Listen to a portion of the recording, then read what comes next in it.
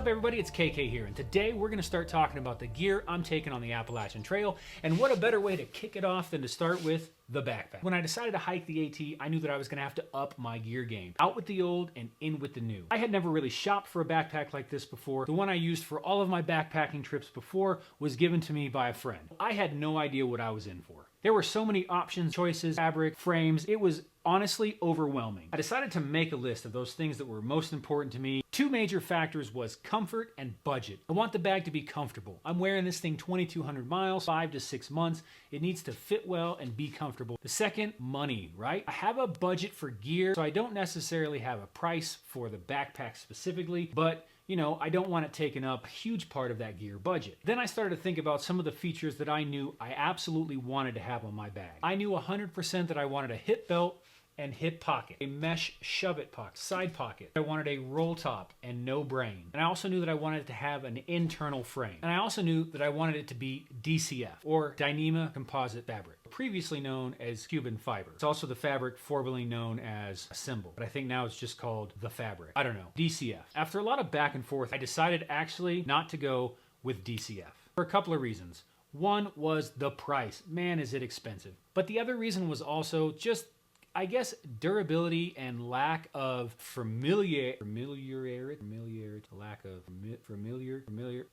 I'm not familiar with the fabric. Never used it before. So I just figured that for my very first through hike, not knowing what's going to go on in the trail or how I'm going to treat my backpack, I figured maybe I should get something a little bit more durable. Once I took DCF out of the pool, it made the decision a lot easier. I decided to go with a company called ULA Equipment out of Logan, Utah. I had lots of questions for them, and they were so quick to respond in the emails. They were super helpful through the whole purchasing process. After taking a look at their different bags, I finally decided that the best one for me was going to be the Circuit.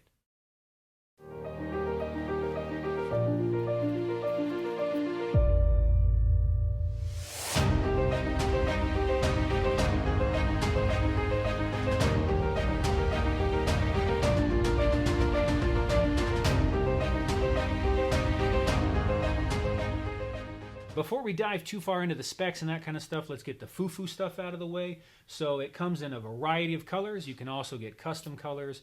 You can have a complete custom build of the bag where every patch can be a different color and all those types of things. There's a lot of options to make this bag specifically yours and really make it show your personality.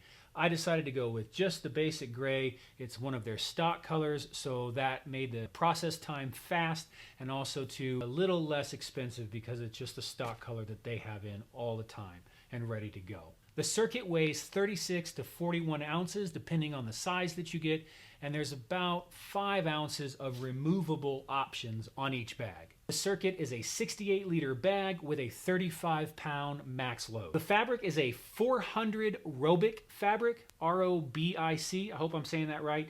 And ULA claims this to be the toughest stuff they've ever seen ounce for ounce. This fabric is not waterproof, so I did get the rain cover with it. The bag uses a carbon fiber and aluminum stay. One of the upgrades I did have made to the bag was I got S straps instead of the normal J strap. ULA was especially helpful in this situation. I wasn't sure if I needed a J strap or an S strap. There wasn't really anywhere I could try it on, so I just kind of sent them a picture of me without a shirt on, and they were able to look at that with my measurements and boom, tell me that an S strap was the way to go.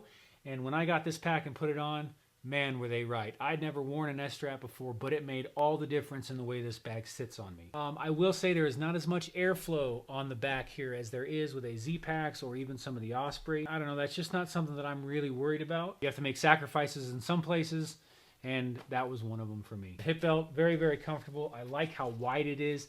It sits on the hips very well. It's very super comfortable. The padding is really nice.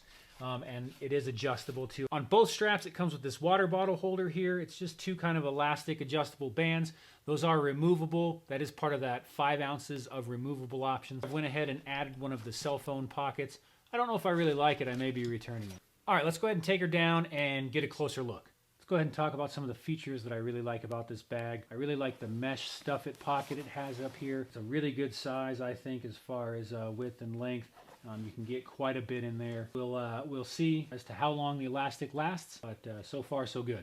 The cording here is one of the removable options. I won't be doing that. I'll keep it here. I like that option for many different reasons, drying clothing, etc., etc. But I'll be leaving that on for sure. Down here, you've got the 2 loops. These are for your trekking poles. On either side, you've got here and here in order to hook your trekking poles up if you need to. Right, and now with the bag turned over, this side we've got the S straps rather than the normal J straps.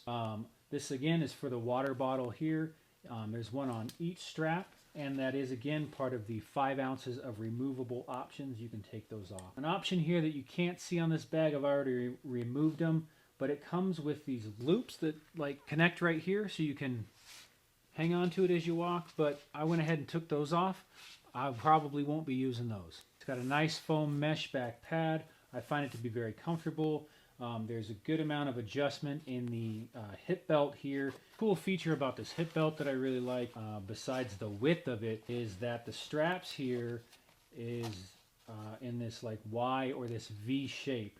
So when you're tightening it down, you're being able to tighten it from both the top and the bottom, and it just feels that you get a very comfortable and even pressure along the waistband with that feature. So I do really like that option. I've never seen that on another bag. I find it, like I said, to be very comfortable. That's very well engineered in my opinion. Flipping it back over, we'll go ahead and take this pad off. I really like the strap up top here. It's got a good length to it. You'll be able to fit a bear canister up there if you need to, or, you know, obviously the sleeping pad like I have, or many other things. Side pockets are super roomy. You can fit 2 1-liter bottles in there super easy. You can even fit 2 1.5-liter bottles in there, and they are adjustable right here with this elastic strap too, kind of cinch things down. This is one of the only things of the bag that people complain about, is that on this bag right down here in the very corner of the pocket, there's a hole here, right, and it goes through the bag. So if you keep anything in this pocket out here, it will fall through right here, or it has the potential to fall through right here. Now, that's where the strap comes in there, so that's why that is there. But many people have talked about, you know, just being aware that this is here. In case you put anything in here, there's a good chance you're going to lose it out this hole. You can strap the top down like this on either side, or you can use it like a traditional roll top or a waterproof or water resistant bag and do it this way here, like this. So, and that also too gives you a little bit more height on the bag if you need, depending on what you're hauling. Let's go ahead and open her up and take a look inside. All right, so this bag comes with a pouch that hangs here in order to hold a water bladder. That is another one of those 5 ounces of removable options.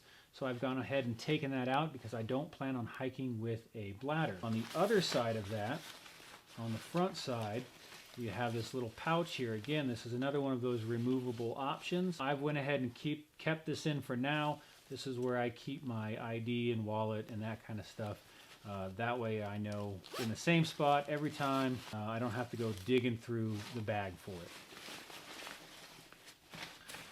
This is part of that carbon fiber and aluminum stay in the bag, and the aluminum is actually, you can bend it and make it a little bit more, you know, your back shape.